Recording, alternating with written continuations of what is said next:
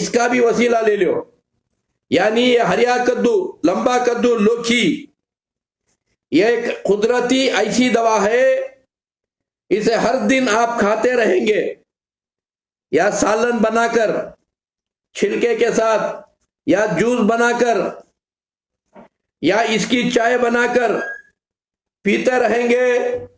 आपके किडनियां हमेशा महफूज रहेंगे, आपके किडनियां खराब नहीं होंगे, आपका हार्ट खराब नहीं होगा, आपको हार्ट अटैक की बीमारी नहीं आएगी इंशाअल्लाह, गैस ट्रबल जिंदगी में नहीं आएगा आपको एसिडिटी की बीमारी नहीं आएगी, आपका कोलेस्ट्रॉल नहीं बढ़ेगा, आपको जॉइंट पेन नहीं आएगा।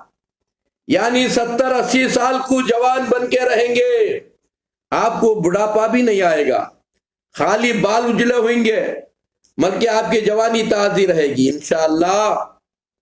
आपकी बीवी हमेशा आपको दुआएं देती रहेगी।